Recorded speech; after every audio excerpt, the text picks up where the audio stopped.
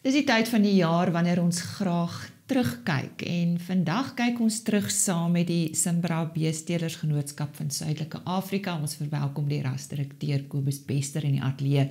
Kobus, hoe was die jaar vanuit 'n stoettelersoogpunt? Dag sê en baie dankie vir die geleentheid. Wanneer ons kyk na hierdie jaar is dit belangrik om te kyk na waar is suksesse en hoe meet 'n mens sukses. En sukses is so relatief baie keer. Mense dink altyd hoë pryse is wat sukses bepaal en het ek finansiëel gevorder.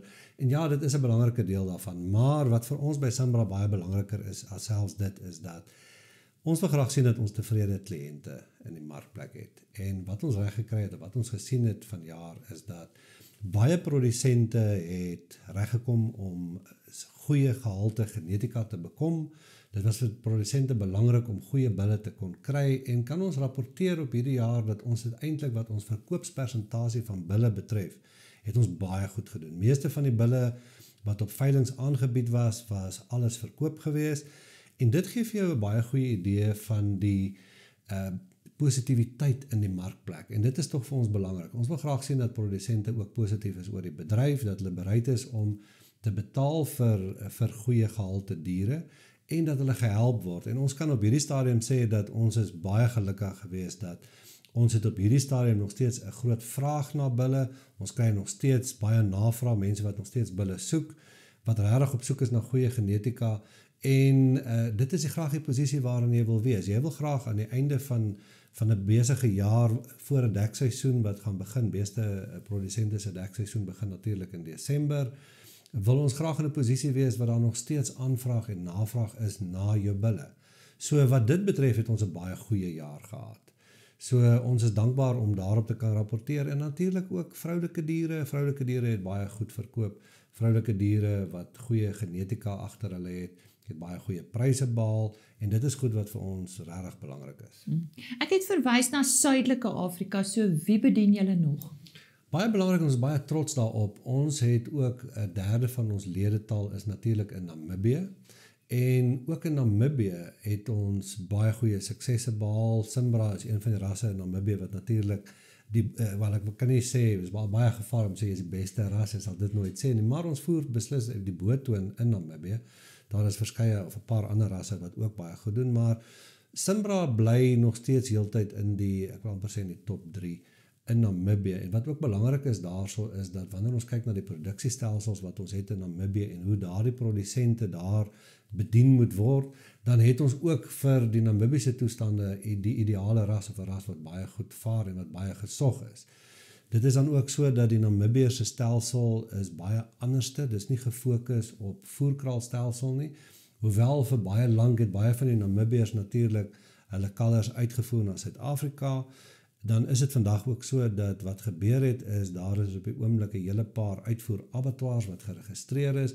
Op die oomblik is Savannah Beef besig met toetse en klassifiserings en allerlei dinge saam met hulle agente wat huidiglik in Namibië is, waar hulle kyk na voldoening van standaarde om hulle produk uit te voer na Europa.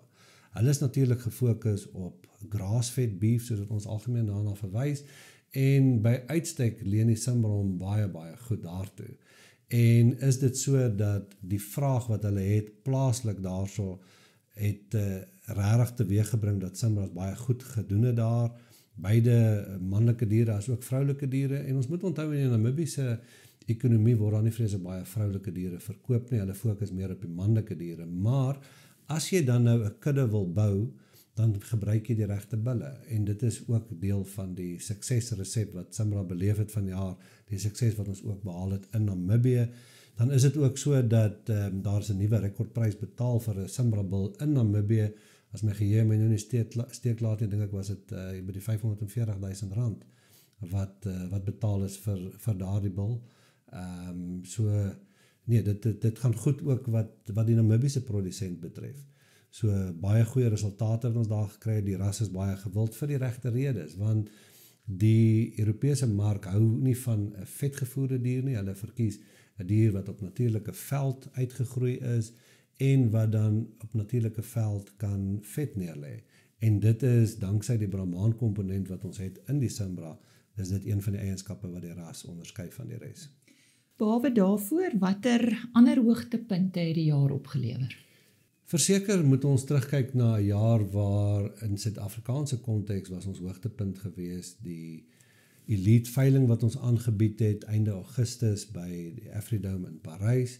Dit het absoluut meer as aan ons verwagtinge voldoen. Ons het regtig baie goeie pryse behaal, maar weer 'n keer, dit gaan nie net oor die prys nie. Ons het soveel meer tevrede kliënte bygekry en dit is wat lekker is. Ons het na afloop daarvan het ons gaan kyk na hoe lyk die profiel van die mense wat daar gekoop het en ja, verseker het daar 'n klomp stoetteelers by mekaar gekoop, maar dit help nie ons skuif net geld rond van die linkersak na die regtersak in die broek nie. Ons wil regtig gelde van buite af ook inkry en dit is vir ons belangrik. En wat ons gesien het, selfs met die registrasies alreeds, mense wat geregistreer het as kopers, was daar geweldig baie kommersiële produsente wat in die eerste plek geregistreer het as kopers en wat dan ook bereid was om te bied. En wat die lekker deel daarvan was, is die aanbod was natuurlik topgehalte geweest. Ons het baie moeite gedoen deur vooraf screenings te doen op die diere en wat ons reg gekry het was om regtig die room van die room op die dag op daardie geleentheid aan te bied. En dan die bemoedigende gedeelte is dat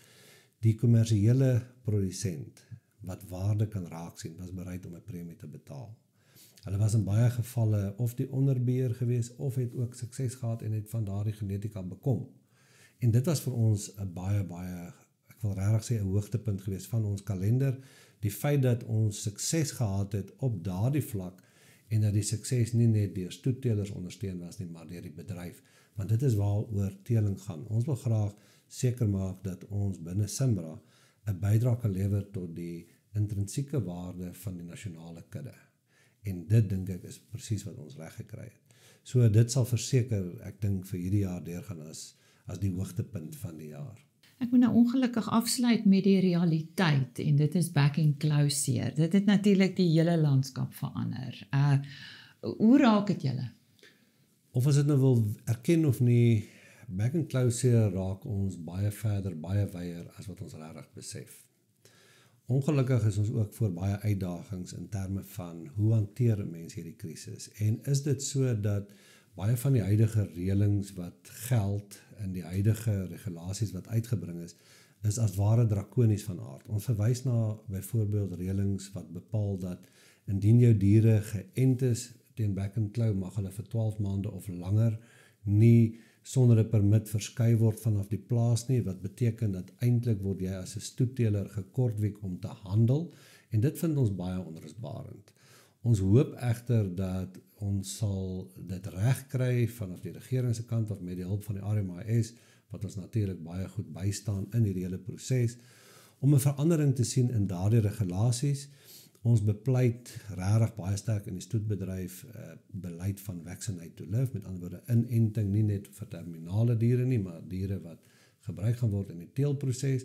Maar dan het daar 'n ander belangrike skuif plaasgevind. En een van die goed wat baie sterk na vore gekom het, is skielik besef produsente die waarde van beter genetika. Ons het skielik 'n baie groot navraag na diere wat goeie teelwaardes het. Nou wat is 'n goeie teelwaarde? 'n Goeie teelwaarde is dit wat jy kan gebruik op jou plaas, wat kan aanpas in jou omgewing en in jou produksiestelsel om jou winsgewendheid te verhoog.